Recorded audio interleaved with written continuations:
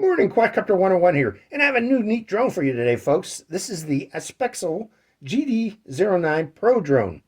Now, why am I excited about this particular drone? Well, this is another one of these new under 249 gram camera drones that are coming out recently. Competitors to the higher end 249 gram drone. I'm not going to mention that drone's name, but these aren't as good. They come close though, and they're reasonably priced. That's what I like about them. So let's talk about it. This is the GD09. It only weighs 248 grams, folks, with the battery included. What does that mean? That means this drone does not require any registration. It does not require the remote ID requirements of the FAA. So this is an easy drone mainly for intermediate pilots who want to get into, even beginners too, who want to get into drone flying, but don't want to worry about all that registration requirements and remote ID requirements, but yet still have a nice GPS drone to fly with. And that's what this is trying to enter into that market. Now, there's other things about this drone that I like. First off, it has brushless motors, so we've got good durability of the motors. It has a GPS system installed, so to help beginner pilots, if they lose sight of the drone, you can always bring it back by pressing return to home on the controller, and the drone will return to home on command, on loss of signal, or on low voltage. Now, it is powered by a 7.4 volt, 1600 milliamp hour battery. This battery gives it about 20 minutes of flight. Now, you get two of these. You get one installed in the drone when it comes with it, and this one also comes in the carrying case that comes with us, which I forgot to mention. This drone does come with a nice carrying case for the drone and its accessories. So you get two of those batteries. Each of those give you about 20 minutes of flight time. Now, here's what I like about this particular drone is the camera and its gimbal. Let's talk about the gimbal first. It's a 2-axis stabilized gimbal. That means it's stabilized, keeps the camera level if the drone is tilting right or left or tilting up or down. It also has electronic image stabilization that stabilizes yaw movement, and it does a very good job. I tried it in my living room, moving it right and left, and it does a really good job of simulating a 3rd-axis stabilization system for this particular drone. So that's pretty cool in itself. Now let's talk about the camera itself. Now they advertise it with 4K. It does take 4K photos, 3840 by 2160 pixels. However, the video that this takes is 2.5K. It's not true 4K, it's 2.5K. What does that mean? That means its resolution of the video is 2560 by 1440 pixels. It's better than a 1080p camera, but not as good as a 4K camera. So keep that in mind, folks. It's something in between 1080p and 4K. And it does look reasonably well. The video I've seen so far while messing around with it in my home. Now, that video is recorded. Now, a lot of these drones don't do this. They record instead to your phone directly. But this video is, let me remove the battery to show you. The video is recorded to an onboard SD card, which is right there. Actually TIFF card, they're called. Now, this isn't, I would recommend you getting a V30 card. It's the video resolution of this camera, again, being 1440p, is higher than 1080p. 1080p is good for class 1 cards. This one here, I would recommend a class 3 card, also known as a V30. Look for those on the card itself when you purchase that card. Look for V30 or U3 on the card itself. So, just letting you know about the card. Now, additionally, this uses what is called the ASP Fly app to fly it. With that app, you're able to view FPV video from the drone directly to your phone, and also record that video. You can only record that video if the SD card is removed. It will record video to your phone. But with the SD card inserted, the video is only recorded to the card itself. But additionally, that app also gives you the ability to use advanced flight control modes of Follow Me. Now, it has two types of Follow Me. It has Follow Me GPS, where it follows a GPS signal on your phone. And it also has Image Follow Me, where it'll follow an object on the ground. Now, that might come in handy with this particular drone, since this has only GPS system on board, no Baidu, no GLONASS. So with that less accurate GPS system, there might be some error with GPS Follow Me. However, Image Follow Me should keep the camera directly on you, and we'll demonstrate that whether that works or not when we go out into the field. In addition to follow me capability, it also has a circle position where it'll circle an object that you want it to circle and videotape it. And also it has waypoint capability where it'll fly a route that you specify on a map. And I'll demonstrate that also when we go out into the field. Now with that app, I forgot to mention this, that app uses 5 gigahertz Wi-Fi. Even in 2023, while I'm doing this video, not everybody has a phone that has 802.11 AC 5 gigahertz Wi-Fi. Before purchasing this drone, I strongly recommend that you first verify that your phone can indeed use 802.11 AC 5 gigahertz Wi-Fi. If you know you're using 5 gigahertz Wi-Fi already, you're good. Now, keep in mind there is a difference between 5G and 5 gigahertz. I'm not talking about 5G phone networks. I'm talking about Wi-Fi, 5 gigahertz Wi-Fi. Make sure your phone has that capability before purchasing this drone, or you may be disappointed when the app is unable to connect to the drone. So, okay, let's talk about the controller on this. This controller supposedly gives you out to 1,000 meter range, which is 3,280 feet. And the way it does that, it is this antenna on the left is a real antenna. There's actually a wire going up in there. The one on the right is fake. You can leave that down. But when you go flying, make sure you have this one extended if you want to get that extended range. So again, it does have a 1,000 meter range. It has a built-in rechargeable LiPo battery that you can access, and you can actually change it too if you wish. I'm not going to pop it out of there, but it's a little, looks like a little 200 milliamp per hour battery. You could put a larger LiPo in there. It uses a white low-C connector, very common white low-C connector that you could replace that battery if you wish to have more flight time with it. But that little battery should give you more than enough flight time. I'm guesstimating about an hour's worth of flight time with this particular controller. Now the buttons on it, it does have mode 1 and 2 capability. You can switch the throttle from the left and to the right. And to do that, you hold down the automatic takeoff button, I believe. Let me make sure I'm saying this right. No, you hold down the rates button. Hold down this rates button while simultaneously turning on the controller, and that will switch it to mode 1, where the throttle's on the right. And if you want to switch back, hold down that rates button and press that button again, and it'll switch back to the other side for putting the throttle on left for those of you who like to fly mode 1 or mode 2. Now let's talk about the other buttons on this. It does have a scroll wheel here. This gives you the capability of aiming the camera up and down remotely while the drone is in flight. That gimbal does have that capability. This button here is for taking a photo. Quick press this button and it will record a photo to the SD card. This button here is for rates. It has beginner, intermediate, and expert. And each press of this button increases the speed at which this drone can fly, and also the maneuverability of the drone. I recommend beginners start out with beginner flight, but as you progress in capability and you feel more comfortable flying this, you can pick up the speed on the drone by, again, pressing this rates button until you hear 2 or 3 beeps. This button here is for starting and stopping video. You start a video by a quick press of the button, and to stop the video, you have to hold the button down for about 2 seconds. Keep that in mind, folks. It does not stop by a quick press. It stops by a long press of this particular button. That's unusual for this particular drone. Most drones, a quick press is enough to stop the video, but this one requires a 2-second press, so keep that in mind too, folks. It does have headless mode, which you can activate by pressing this button here. And you can turn off the GPS if you wish to fly manually, or if the GPS starts acting up, you get toilet bowl effect where it's going in ever-increasing circle, uncontrollable circle. You could turn off that GPS to stop it by a long press of the headless button here. It does have, again, automatic return to home and landing, which you activate by pressing this button here. And this is the power button for turning it on and off by holding it down for about 3 seconds. And it does have automatic takeoff and automatic landing by pressing this button here. And for landing, a second press of the button there. Additionally, let me turn it off here.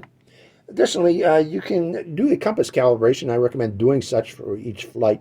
Every time you change a battery in this particular drone, I would recommend doing a compass calibration. And to do that, you simply bring both sticks up and inboard like such, and that will activate it. And you do 3 horizontal rotations and 3 vertical rotations. Again, I will demonstrate that out in the field when we go flying on how to do a compass calibration. That's very important for GPS type drones, folks. And I'll, again, show you how to do such when we go out there in the field. Now, if you're going to fly it without GPS, I strongly recommend you do a gyro calibration. And to do that, you turn on the drone, put it on a flat level surface, connect it to the controller, and bring both sticks down and to the left, and that will calibrate the gyroscopes on the drone to help keep level flight and minimize drifting of the drone without the GPS system. And to start and stop the motors, you bring both sticks down and outboard like such, and that will put the motors into idle or shut the motors off. So that is the controller. I think I've mentioned most things important to that. Forgot to mention this is in mode 2, this is throttle up, down. This is yaw, which where it tilts the drone right or left. This is pitch, which pitch forward and pitch back, where it pitches forward and pitches back on the drone like so. And this is roll. I'm sorry, where the drone will tilt right or left, like so. So that's the Aspexel GD09 drone. Forgot to mention, when you get in the box, you get the instruction manual. It's actually well-written instruction manual. I recommend reading it for the important points of it. You get the drone. You get 2 batteries, one in the drone and one in the carrying case. You get the carrying case, of course. You get charging cables. Forgot to mention, the battery for the drone is charged via a Type-C USB cable, and you get a Type-C USB. Well, that's a micro USB. You get a Type-C USB cable for charging this drone right here. And I recommend using a 2-amp wall charger. This is a big battery. Don't try to charge this using the USB port in your computer. It'll take a couple days to do such. Get a good 2-amp wall charger to charge that. You also get this little micro USB charging cable, and that again is for charging this particular the controller. And I'm looking for that USB port for this. Where is that? Oh, there it is. You have to. This is, by the way, this is for your phone holder, and it's inside the phone holder. You got to pop open the phone holder to find that little micro USB port right there for charging the battery in the controller. And you get a spare set of propellers, which are here, along with the obligatory micro screwdriver for changing the propellers. And you get a little guard for guard for the gimbal guard. Now, to put this on and off, you got to slide it up and down, folks. Be very careful when you're doing that. It took me a while to figure that out. I thought you had to pull it forward to get it out, but it goes up and down. That's how you get it in and out. So remember that, folks. Slide it up and down, not outboard, to remove and reinsert this guard onto the drone. So that is the Aspexel GD09 Pro drone. Let's take it out in the field, folks, and see how it flies. Hope you enjoy this flight.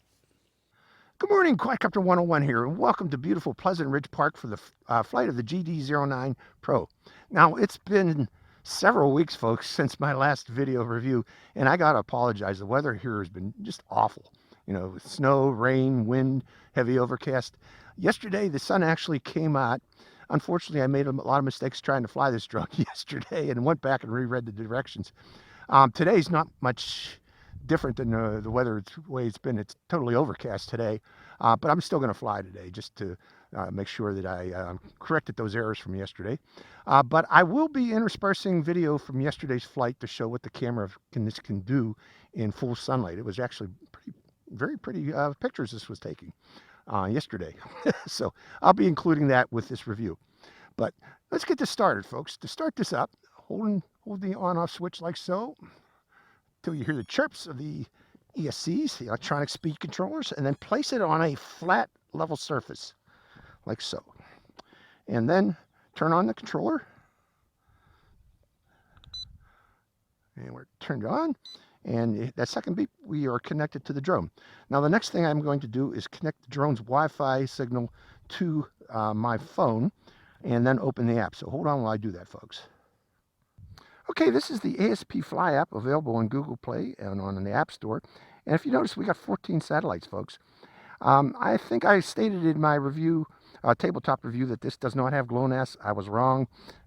We wouldn't be having 14 satellites if we didn't also have GLONASS control of this drone. So that makes this drone a little bit better than I thought. So, okay, before we take off, we got to do that compass calibration. To do such, both sticks up and inbound like so, and it tells us we need to rotate horizontally until we hear a beep, and I'll do such. Rotating.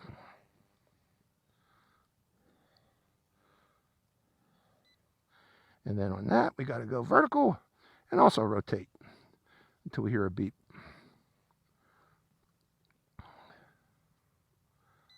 And there's our second beep, and the compass has been calibrated. Okay, placing it back down on the surface, and we're going to have to wait a few seconds here for it to regain the GPS signal. So hold on while it does that, folks. Okay, that didn't take long at all. And the gimbal is leveled. I was worried about that for a second. So we were ready to take off, more or less. So next thing we're going to do is start the video recording by pressing the record button, like so.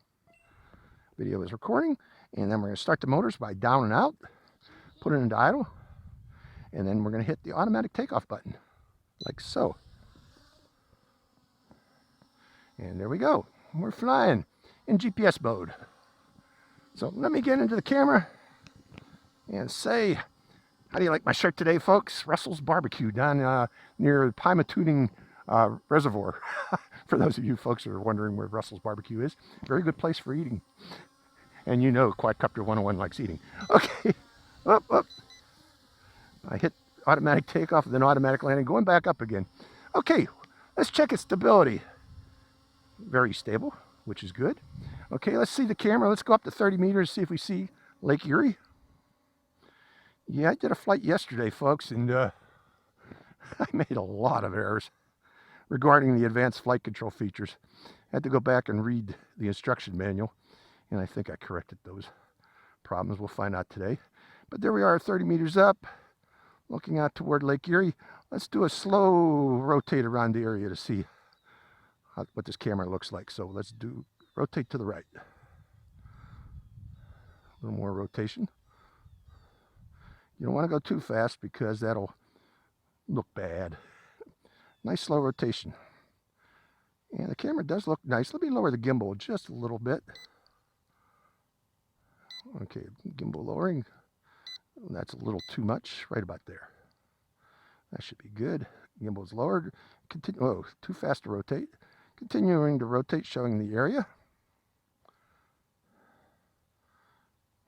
All farmland out here and Girard and Fairview, between Girard and Fairview, which is good. We don't have to worry about too much urban incursion on our flying area. But there's the park. Beautiful day today, even though it's overcast. And the camera is actually looking good on this overcast day. I'm surprised. Okay, with that in mind, let's push forward and head out to the road as I normally do and see how this camera performs. Now this thing flies real slow in beginner's rate. And the idea, I guess, is to keep a steady, stable signal, which it seems to be doing. I'm going to increase the rate, though, to get us out to that field a little faster. And I want to lower the gimbal. That's the wrong way as usual. Down. Going third rate. Going a little faster toward that field because I want to get there. And actually this gimbal controls nice and smooth. Rather smooth. And coming up on the road. And we're about there. Okay, going to raise that gimbal back up again. Raising the gimbal back up again. And from there, let's do that return to home, automatic return to home and landing. Pressing the button. And the app tells me we're returning. Checking the distance, the numbers are decreasing from 180 meters, 156. It's on its way home at a height of 30 meters. I think the minimum height return to home altitude of this is 30 meters. So if you're above that 30 meters, it doesn't go up. If you're below 30 meters, it's going to climb. A lot of folks get alarmed with the drone climbing on a return, but that's by design. It's to avoid obstructions on its way back, like trees and buildings. But there it is overhead and coming back down. Now I'm not going to let it go all the way to the ground because I want to continue on.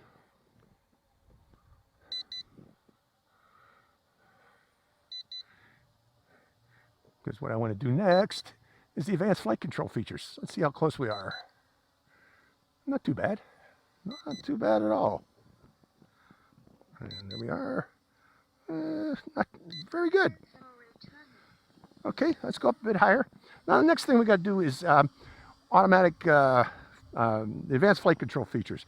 Now let's go out about 30 meters from my position, because the first thing I want to do,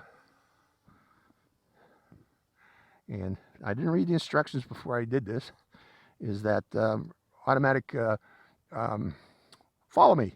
You got to be at least, it said 30 meters up and 3 meters out. I think they're mistaken. Let me come in a little closer. I'm a little too far back. Bring it back a bit. But you want to be 3 meters up. Oop, no, I'm too close. 3 meters up. And we're 5 meters up. That's good. Let me go a bit higher. Right about there. And then turn the drone toward me. And raise the gimbal too. Somehow my gimbal got lowered toward me. Because we're going to do GPS follow me. Okay? Now on the left side there, that eyeball, click on it. And then hit GPS follow. And we're not more than 50 meters. Okay, we're good. Follow mode is activated. It seems to be working today. Although again, the difference between where my phone thinks it is and where the drone thinks it is might be quite a bit of difference. Let's lower that gimbal too. But let's see if it follows. Is it turning? Why, yes it is. So yeah, the problem I had yesterday, I was too close to the drone for GPS follow me to work. It wasn't working. Now again, you see there's a big error between where thinks my phone is and where the drone thinks I am. So that's why the follow me is not working entirely correct. But GPS follow does seem to be working. So let's stop that and go on to that image follow. That's the one I want to try next. And for that, I think we need to go up higher. We have to go higher. So, and then lower the gimbal. I always go lower is this way. And then get to the center of the picture and click on GPS image follow. Clicking on it to start, outlining my position, and then first off, let's see if it's locked onto me. It is, and I think I got to click that box one more time to get it to activate. So we'll find out. So clicking on the box and see if it's activated.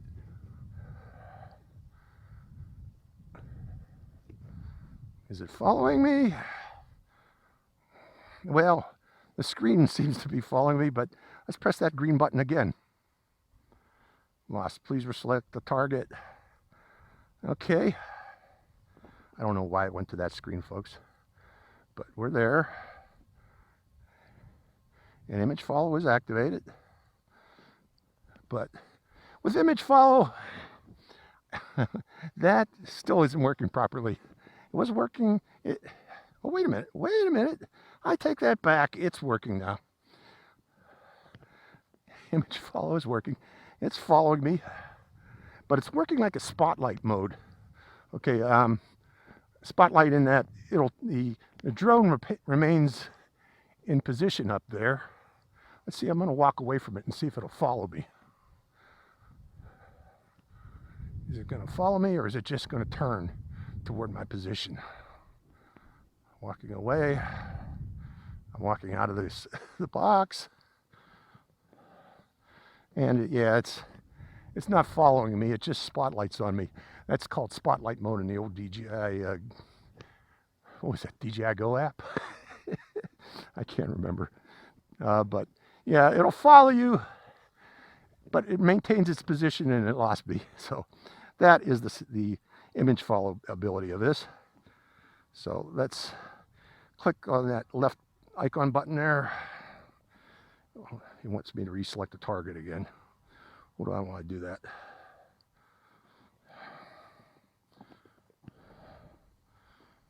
Oh, it's not doing it. There we go. I want to come out of that and go into interest point. And that, which is circle me. And we're still stuck in follow me. Reselect the target. No. Let's stop that. And then go into interest point. And a radius of 5 meters. And sliding. There we go. Again, the problem I had yesterday, I was too close to the ground. You got to be up about, it's going around the center position here. But it's circling my position right now at 5 meters. It's a 5 meter circle. And I went too low on the, there we go. But that circle position, let's come down a little lower. See if it'll continue circling. It is. Circle position's working. So let's come out of that. And of course, the next one everybody likes to see is waypoints, which is called route rules. And we're going to go to the map. And satellite. And I don't know where we're at. I'm coming down a little bit lower. Right about there. But that is not where it's at. There we go. So the first place we want to go to is that. We're going to try it just to go to this field here first. Make sure it's active. Interest point. Not interest point. Cancel. It's still an interest point. Route rolls. Okay, route rolls. Let's go to that ball field first. I just want to go to that ball field and just see if it does that. And hit upload. Confirm waypoint. Sliding. And there it goes. Going to the first waypoint. Let's see if it stops. And yeah, that seems to be working. So with that in mind, let's try some more waypoints. Okay, we'll go to there's waypoint 1. And then back to this one again is waypoint 2. There's people here today, so I'm trying to avoid going anywhere near people and then coming back to us, near us. There's waypoint 3. And then upload, and then sliding to confirm, and there it goes on its way. And I'm going to raise the gimbal up. Low power aircraft. Now this goes down to 7.0 volts before. Okay, it does. We're all running out of battery power. Okay, so Waypoints is working. It's doing a return to home on low battery power, but actually what it does is it stays close in within a 30-meter circle during this last part. So what we're going to do now is we're going to just rotate again, show the camera, and we're going to fly until it does a landing. My wife and dog are here today. Let's see if we can document them. Down. There they are. Trying to follow them.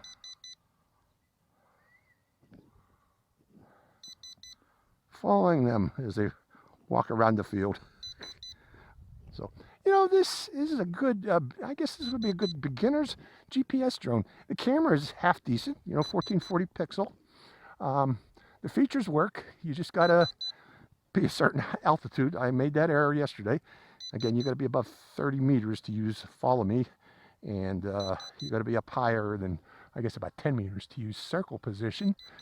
If it's not working for you, you're too close to the ground. This automatically does that. So I'm going to raise up the gimbal again. And we'll go up higher again until it returns to home and lands. I'm going to show that camera one more time. Let's go up to 30 meters up. No, I won't let you go very high.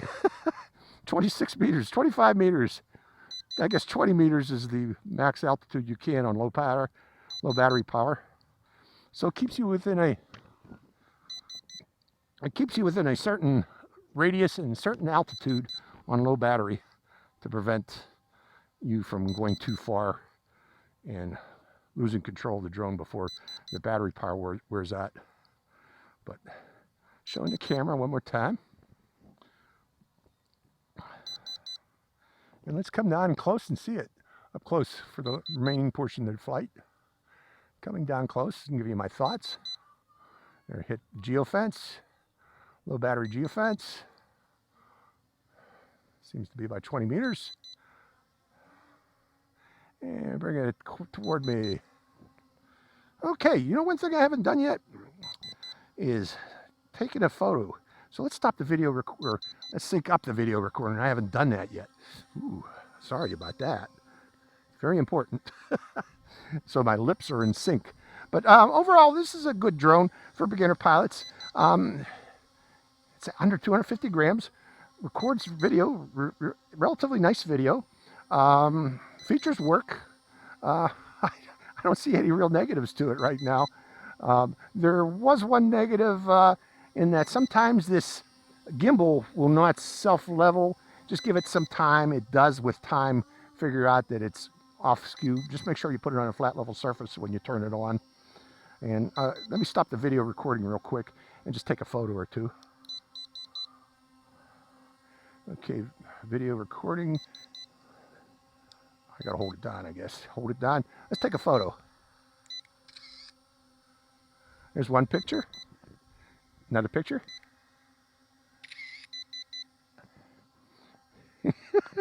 Showing my gut there. Straight on picture. Okay. So, all in all, you know, a good drone. A good beginner's drone. Let me go up a bit higher. Get a thumbnail. Showing how stable it is. Very nice and stable. I gotta say. You gotta say it. Nice, very stable. Okay. But yesterday it was very windy. I did notice it in wind. It does kind of tend to bounce up and down because of the barometric altitude hold feature on this. But other than that, not a bad drone. So let's go follow my wife and dog again. Go over see what they're doing. Fly an FPV toward them. And that's it. It doesn't let you go that far. 30 meters it looks like is the distance for the geofence on this. There they are over there. Just follow. Let me turn it toward them. Now on return home, it's going to climb automatically. It's meant to do that, folks. And then head back. But, oh no, not bad at all.